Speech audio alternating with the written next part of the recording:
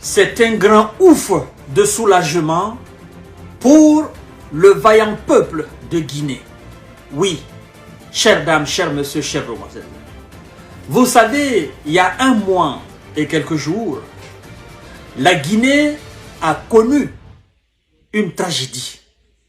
Oui, qui a impacté, mais considérablement et négativement, la vie du peuple de Guinée. Et qui a plongé la Guinée dans une crise sans précédent. Crise de carburant, crise aussi au niveau des finances guinéennes. Je ne vais pas revenir sur tous les aspects, mais pour ceux qui ont suivi l'actualité guinéenne, moi-même j'ai eu à épiloguer là-dessus, vous savez que le dépôt principal d'hydrocarbures de toute la République de Guinée, dans la presqu'île de Kaloum, c'est-à-dire dans la capitale, a pris feu. Et il a fallu même de l'aide de la part de la Côte d'Ivoire, de la part du Sénégal, pour venir appuyer nos vaillants pompiers, sapeurs-pompiers, pour éteindre naturellement l'incendie, qui a alors ravagé une partie de la capitale.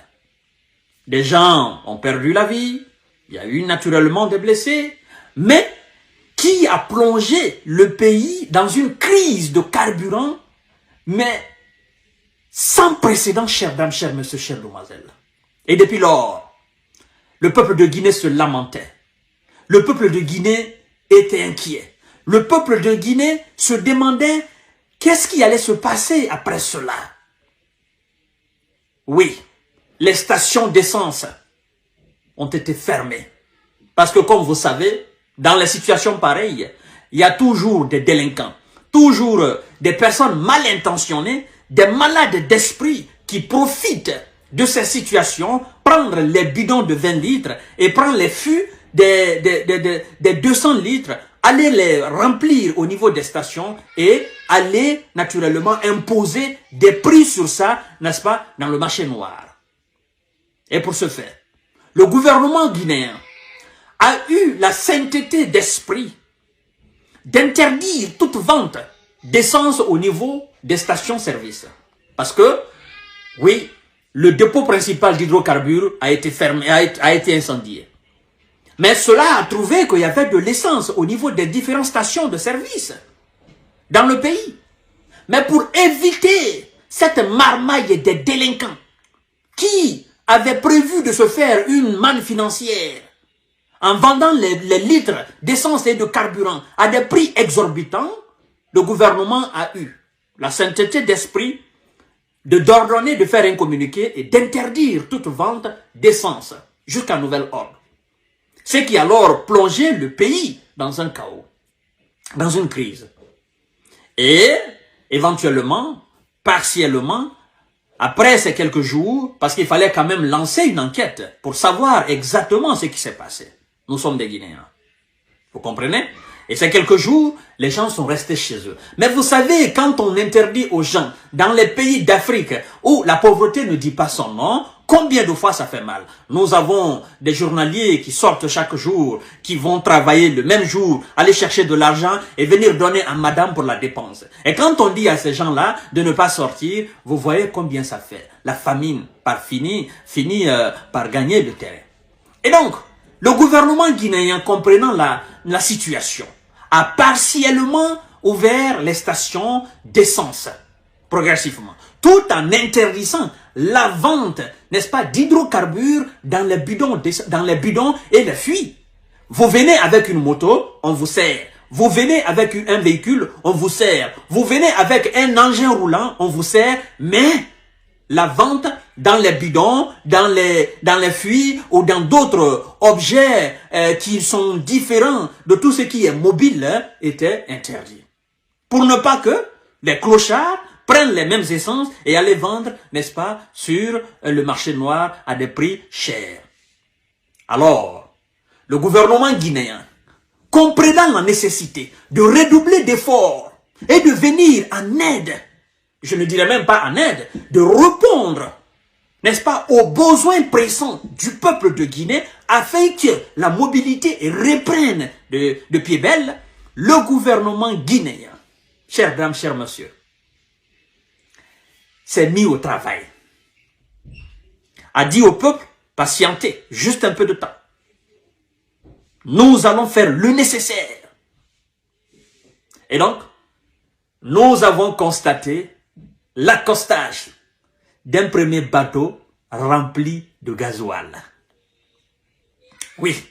Après ce bateau, nous avons constaté aussi un deuxième bateau rempli d'essence pour venir répondre aux besoins du peuple.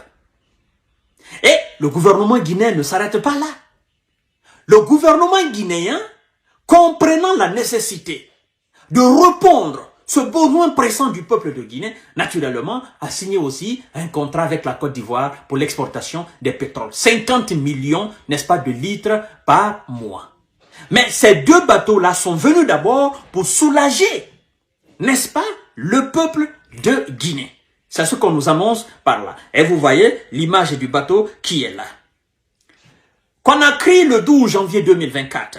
L'approvisionnement de la Guinée en produits pétroliers continue de s'améliorer. Dans la matinée de ce vendredi, un navire d'essence a accosté au port, n'est-ce pas, autonome de Conakry, 48 heures après celui du gasoil. Nous sommes soulagés. Et ça, c'est un effort qui mérite d'être salué. Le Premier ministre, chef du gouvernement, Dr Bernard Gomou, était, n'est-ce pas, de nouveau au quai d'appointement pétrolier pour accueillir le navire. Plusieurs autres autorités étaient présentes, notamment le ministre secrétaire général à la présidence, le ministre d'État, ministre de la Sécurité, ministre de la Sécurité et de la Protection civile, ministre de l'Économie et des Finances, le haut commandement de la gendarmerie nationale, directeur, n'est-ce pas, de la justice militaire, les directeurs généraux du PAC et de la SONAC. Le chef du gouvernement s'est félicité de l'accostage du bateau de 33 millions de litres d'essence destiné à soulager les populations. Le dépostage va commencer pour servir les stations dans les prochaines heures. Chers dames, chers messieurs, chères demoiselles. Le Premier ministre Bernard Gomou a vivement remercié les ministres, les hauts cadres et les partenaires privés qui ont œuvré au rétablissement partiel des installations d'approvisionnement du pays en carburant. Le docteur Bernard Gomou rassure que, suivant, n'est-ce pas, les instructions du président de la République, le colonel Mamadi Doumbouya, les efforts vont se poursuivre afin de parvenir à la reprise normale des activités dès ce week-end, à commencer par ce samedi. Il a conclu en invitant une nouvelle fois les populations, n'est-ce pas, au civisme et à la patience. Chères dames, chers messieurs, chères demoiselles, c'est une fierté énorme pour nous, c'est un soulagement énorme pour le peuple de Guinée. Et pour ce faire, quand je vous dis souvent que quand c'est bon, il faut magnifier ce qui est bon. Et quand c'est mauvais, il faut dénoncer avec la dernière énergie. Voilà, chères dames, chers messieurs, chères demoiselles, c'est que le gouvernement guinéen, n'est-ce pas, est en train de faire actuellement pour soulager le besoin, n'est-ce pas, des millions de Guinéens afin que la vie reprenne son cours normal. Voilà, chères dames, chers messieurs, chères demoiselles, partagez la vidéo dans tous les groupes possibles. Abonnez-vous sur cette page et activez la cloche de notification pour ne plus rater mes vidéos. Je vous souhaite un excellent samedi et un excellent week-end. Surtout, restez concentrés parce qu'aujourd'hui, c'est l'ouverture, n'est-ce pas, de la CAN 2023 qui se joue en Côte d'Ivoire. Et la Côte d'Ivoire, d'ailleurs, qui va ouvrir, n'est-ce pas, les hostilités. Côte d'Ivoire qui va affronter la Guinée-Bissau. Guinée-Bissau, une équipe très costaud aussi. Et donc, que le meilleur gagne. Chères dames, chers messieurs, chères demoiselles, à tout à l'heure pour notre série d'informations de décortiquage. Merci beaucoup au colonel Mamadi Doumbouya et à son gouvernement pour avoir, n'est-ce pas, pensé positivement au peuple de Guinée et se mettre au service du peuple afin que le peuple continue de vivre tranquillement et aisément.